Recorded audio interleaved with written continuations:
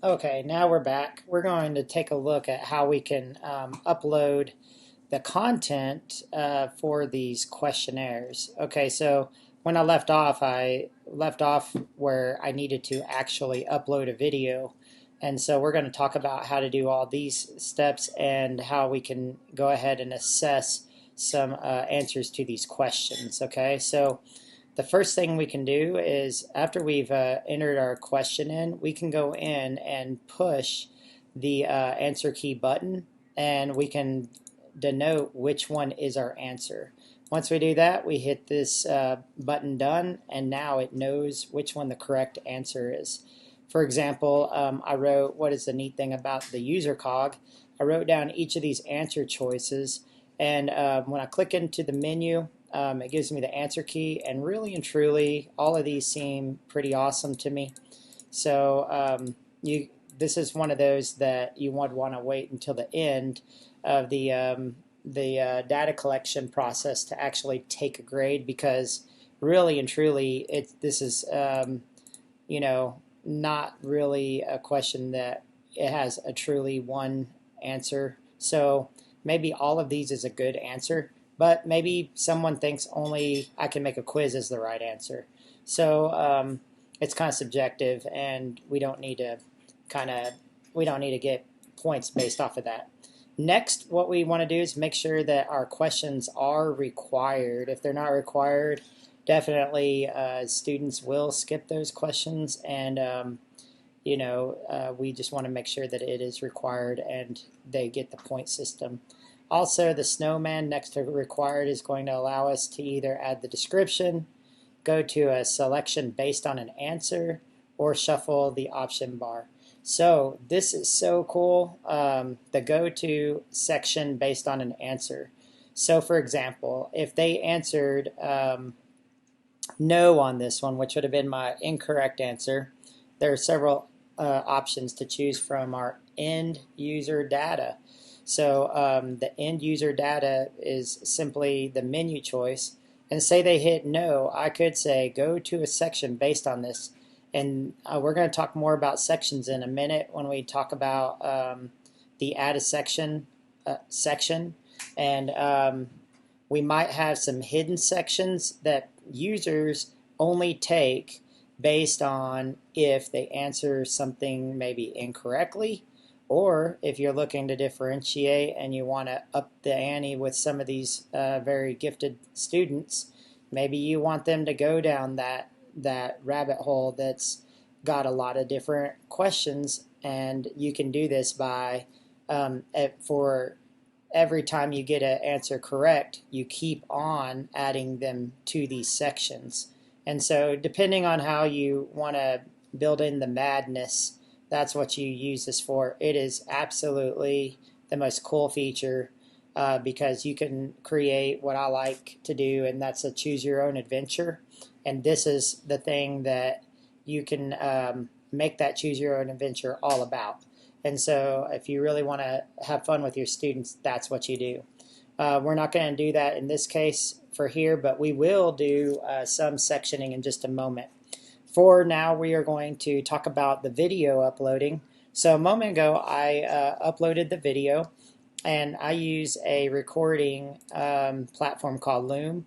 And Loom is pretty simple. You may or may not have heard of it, but it allows me to go ahead and create my own download. And so once I download the video, I can name the video here. I can download it. If I don't like it, I can delete it, duplicate it. There's a lot of sharing. I can copy the link and share that way. However, with our particular platform in the forums, it likes to eat YouTube videos. So YouTube has an ability to upload a video, and then we can turn around and store them in a YouTube channel and keep everything nice and compiled to only a YouTube channel, and that's what I'm going to show you next. So I've downloaded the video. Let's go to YouTube. Now I'm on YouTube, and what I want to do is go ahead and upload this video. So I'm going to select the files, and whenever I do the downloads, I'm going to name them a particular way. And so I named this one the Google Forms Setup. So that was our previous video. So I'm going to upload this, and then it just gives you a couple of things, a couple of little fields that we need to go ahead and create. So this is about how to set up forms, talks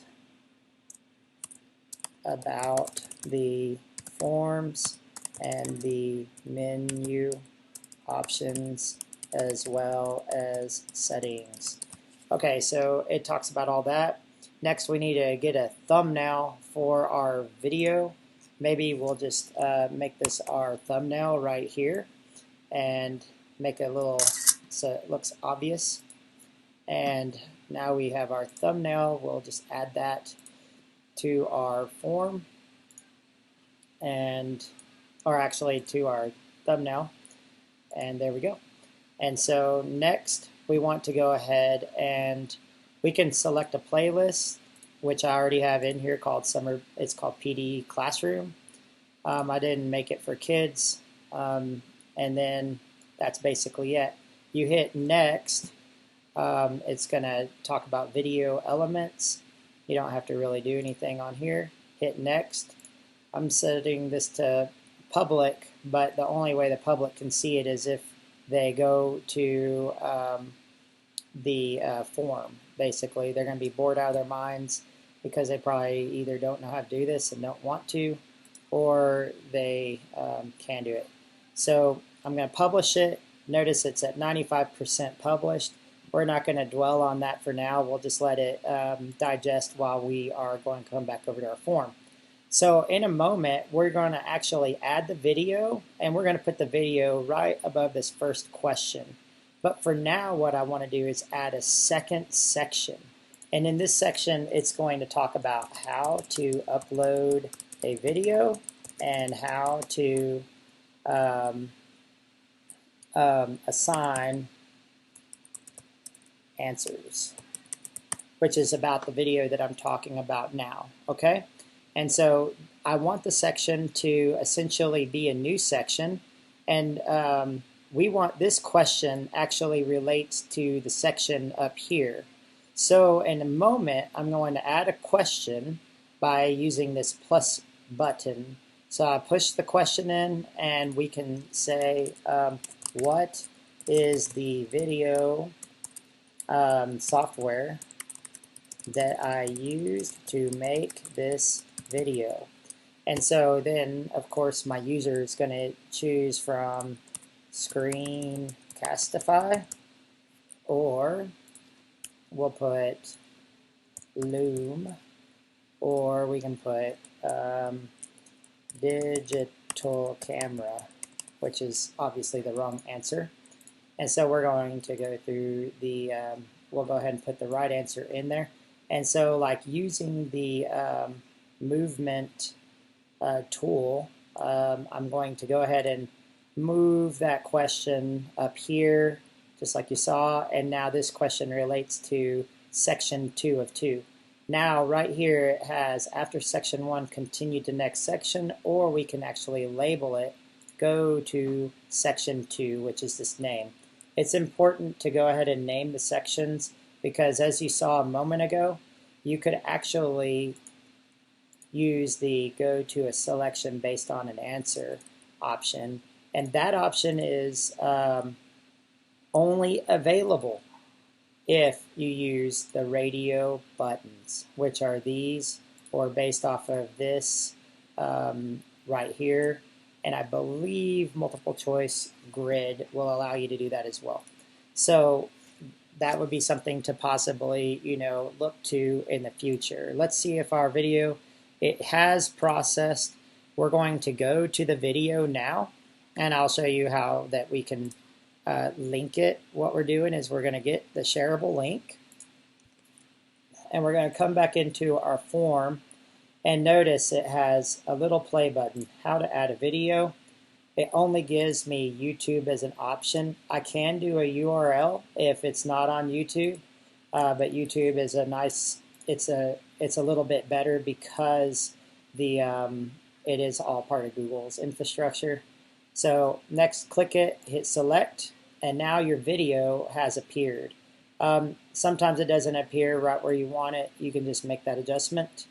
I want to go ahead and use a snowman and align it center. And let's go ahead and give this video a title, and we'll call this one Google Form, and we'll call it Overview. And now we have our video, our 2 questions, and next we will need to assign our next video to this, which is the video that we're talking about right now, on how to create a video and how to upload it to the our form. Okay, so when we come back, we will explore some more menu options. We'll look at data entry and sharing.